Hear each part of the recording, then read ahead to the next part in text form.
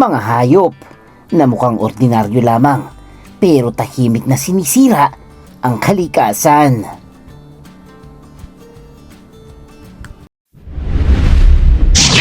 Pinoy's World TV.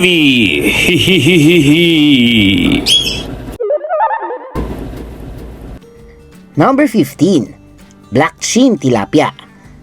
Isang uri ng tilapia na native sa West Africa pero napapansin na rin sa ilang bahagi ng Pilipinas.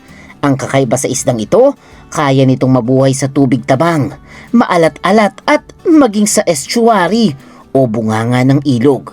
Ibig sabihin, madali siyang makalipat mula palaisdaan papunta sa natural waterways. Ang problema, kapag dumami ito sa brackish water at sa fish pond areas, nakikipag-agawan ito ng pagkain at espasyo sa ibang isda. Dahil matibay at mabilis mag-adjust sa kondisyon ng tubig, pwede nitong maunahan ang mga sensitibong native species.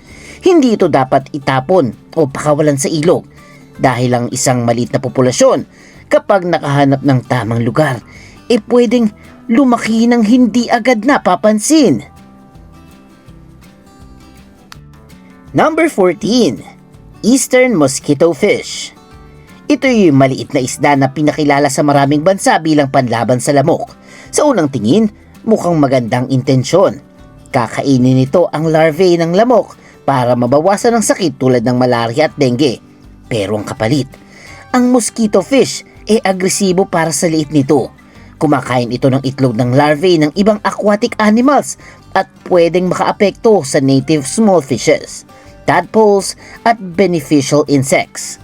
Kapag kumalat sa sapa, kanal o palaisdaan o pond, hindi lang lamok ang target niya. Parang solusyon na nagiging panibagong problema kapag hindi kontrolado. Number 13. Common carp. Isa sa pinakamatagal ng introduced freshwater fish sa Pilipinas. Ginamit ito sa aquaculture dahil mabilis lumaki at pwedeng pagkakitaan. Pero sa natural lakes at wetlands, may side effect ang ugali nito. Mahilig itong maghukay sa ilalim ng tubig habang naghahanap ng pagkain. Kapag sobrang populasyon, lumalabo ang tubig, nasisira ang aquatic plants at nagbabago ang habitat ng ibang isda. Ang tubig na dati may halaman at tirahan ng maliliit na organisms, nagiging mas maputik at hindi na ideal para sa native species. Hindi ibig sabihin bawal na ang carp sa lahat ng lugar ha. Ang mahalaga, hindi ito dapat makawala sa natural ecosystems kung saan kaya nitong baguhin ang quality ng tubig at kompetisyon ng pagkain. Number 12. Nile Tilapia. Maraming magugulat na Pilipino dito dahil ang tilapia ay isa sa paboritong pagkain at mahalagang isda sa aquaculture. Pero ang Nile Tilapia, kapag nasa kontroladong palaisdaan, may pakinabang. Kapag kumalat sa natural lakes at protected wetlands, pwede itong maging invasive.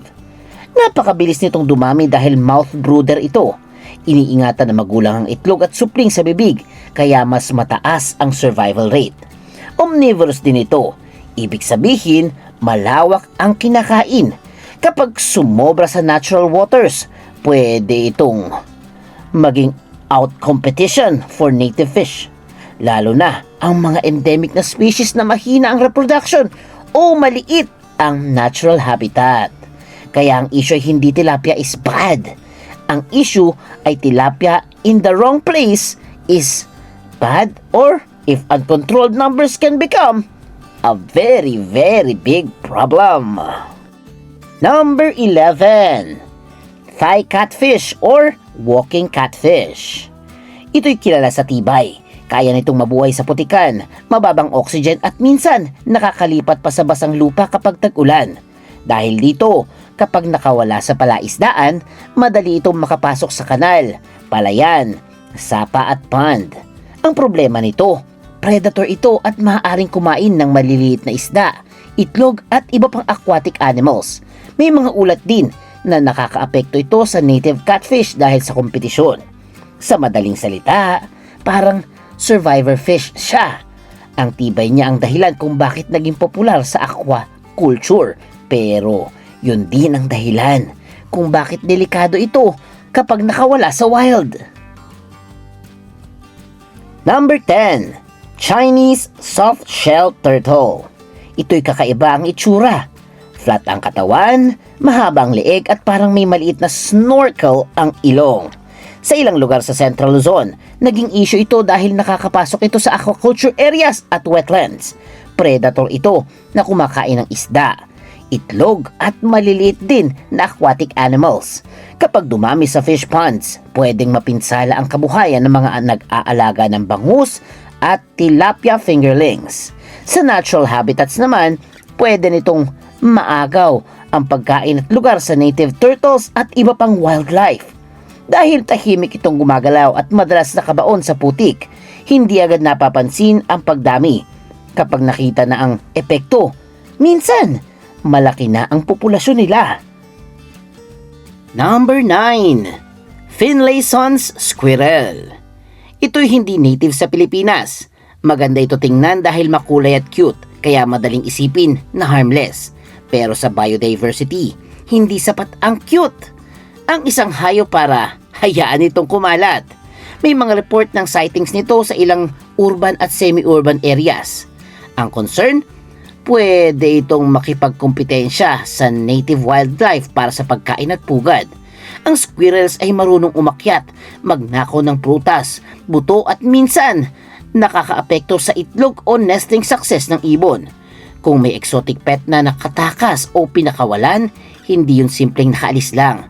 Pwede itong maging simula ng bagong invasive population. Kaya malaking bagay ang responsible pet ownership. Number 8. Cane toad. Isa sa pinakakilalang invasive amphibian sa mundo. Dinala ito sa iba't ibang bansa bilang pest control sa sugarcane plantations. Pero imbes na maging perfect solution, naging matinding problema sa maraming ecosystems. Sa Pilipinas, kilala rin ito sa ilang lugar bilang malaking palaka, pero hindi ito native.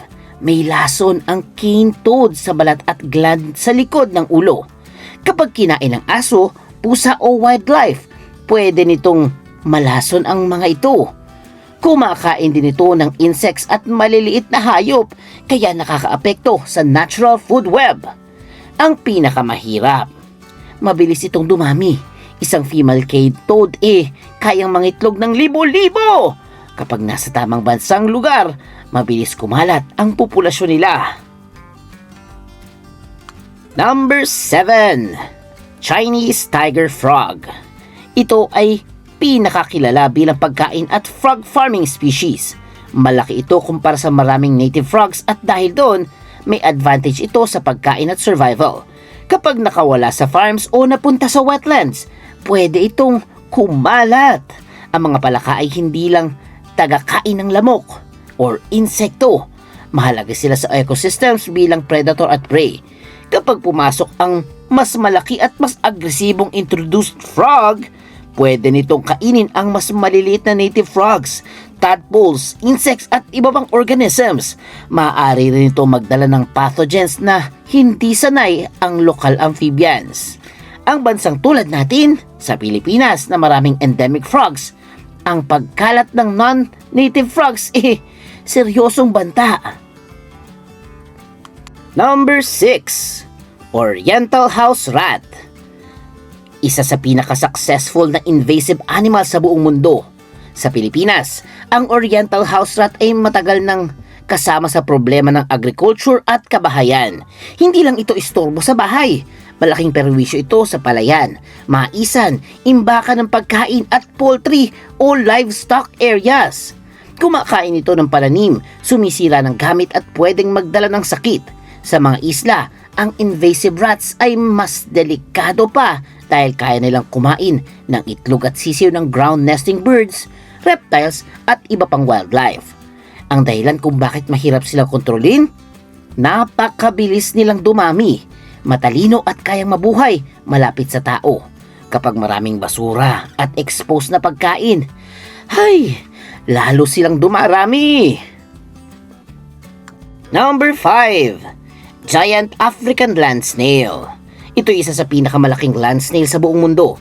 Mukha itong harmless dahil mabagal gumalaw pero sa agriculture, hindi biro ang pinsala nito. Kumakain ito ng maraming uri ng halaman. gulay, ornamental plants, seedlings at iba pang crops. Ang mas matindi, mas mabilis itong dumami. Ang isang snail may parehong male at female reproductive organs. Kaya mas mataas ang chance na makapagparami kapag may kapares. Pwede rin itong maging carrier ng parasites. Kaya hindi ito dapat hawakan o kainin ng basta-basta. Ang mga hardin, bukid at urban areas, kapag dumami ang giant African snail, literal na mauubos ang murang tanim sa gabi habang tulog ang mga tao. Number 4. Fall armyworm. Isang invasive insect pest na naging malaking problema sa mais at iba pang pananim. Ang larvae o higad nito ang tunay na mapaminsala. Tinawag itong armyworm dahil kapag marami, parang hukbo silang sumasalakay sa taniman. Hindi ito maarte sa pagkain. Corn ang isa sa paborito nito, pero kaya nitong umatake sa maraming klase ng halaman. Kapag napabayaan, mabilis kumalat sa sakahan at pwedeng magdulot ng malaking pagkalugi sa pagsasaka. Ang nakakatakot dito, maliit ang simula nito. Ilang itlog sa dahon tapos biglang may butas na ang mga halaman. Habang lumalaki ang larvae, may mas lumalakas ang kain nila. Kaya sa fall armyworm, early detection ang pinaka-importante. Number 3. Janitor fish. Ito ay dating sikat sa aquarium dahil kumakain ito ng algae. Pero nang pakawalan sa ilog at lawa, naging isa ito sa mga pinaka-problematic invasive fish sa Pilipinas. Sa Laguna de Bay, Marikina River at Agusan Marsh at iba pang pangtubig tabang. Kilala ito sa paninira ng lambat at pakikipag-agawan sa native fish. Matigas ang katawan, may spines at hindi ito madaling kainin ng natural na predators. May ugali rin itong maghukay sa riverbanks para gumawa ng pugad na pwedeng magdulot ng erosion. Ang ironic, binili siya para maglinis ng aquarium, pero nang mapunta sa natural waterways, siya mismo ang nagiging kalat sa ecosystem. Number 2. Clown knife fish. Ito'y mukhang maganda sa aquarium. Mahaba, silver, may dark spots at eleganteng lumangoy. Pero sa Laguna de Bay, naging bangungot ito ng maraming mangingisda. Isa itong predator na kumakain ng maliliit na isda, hipon at maging cultured fish tulad ng tilapia at bangus. Pinaniniwala ang nakapasok ito sa lawa matapos makatakas o maanod mula sa ponds, lalo na nung panahon ng matinding pagbaha. Dahil wala itong natural na predator sa lawa at mabilis itong lumaki, naging malaking problema sa fisheries. Ang masakit dito, ang lawa ay kabuhayan ng maraming pamilya. Kapag dumami ang knife fish at bumaba ang huli ng mas mahalagang isda, hindi lang biodiversity ang talo, pati hapagkainan at kita ng mga mangingisda sobrang apektado. And at number 1, Golden apple snail or golden kuhol. Kilala bilang golden kuhol sa Pilipinas. Isa ito sa pinakasikat na halimbawa ng invasive species dahil direktang tinatamaan ito ang mga palayan. Dinala ito noon bilang posibleng pagkain at protein source. Pero nang kumalat sa mga palayan at irrigation systems, naging matinding peste. Kinakain ito ang murang punla ng palay. Kapag bagong tanim ang palayan at maraming kuhol, pwedeng maubos ang seedlings bago pa makabawi ang magsasaka. Ang golden kuhol ay mabilis dumami at madaling makita ang pink na kumpol ng itlog nito sa pader, damo, poste o gilid ng tubig. Isang kumpol pa lang, marami ng susunod na kuhol. Kaya sa rice farming, hindi ito simpleng maliit na suso. Isa itong malaking gastos, pagod at stress para sa mga magsasaka. Kaya ito ang number 1 dahil sa lawak ng pinsala nito sa agrikultura, bilis ng pagdami at direktang epekto sa pagkain ng mga Pilipino. Ang invasive animals ay paalala na sa kalikasan, hindi lahat ng nadadagdag napakabuti. Minsan, ang isang alagang pinakawalan, isang isdang nakatakas o isang pesteng hindi naagapan, hay, pwedeng maging problema ng buong komunidad. At kung meron pa kayong gustong ireklamong hayop na wala sa listahan, please, i-comment nyo na below. At kung nagustuhan nyo ang ating video for today, please naman, like, share, comment at subscribe sa ating maliit na channel. Kasi, may Pinoy dyan, may Pinoy doon, at may Pinoy dito.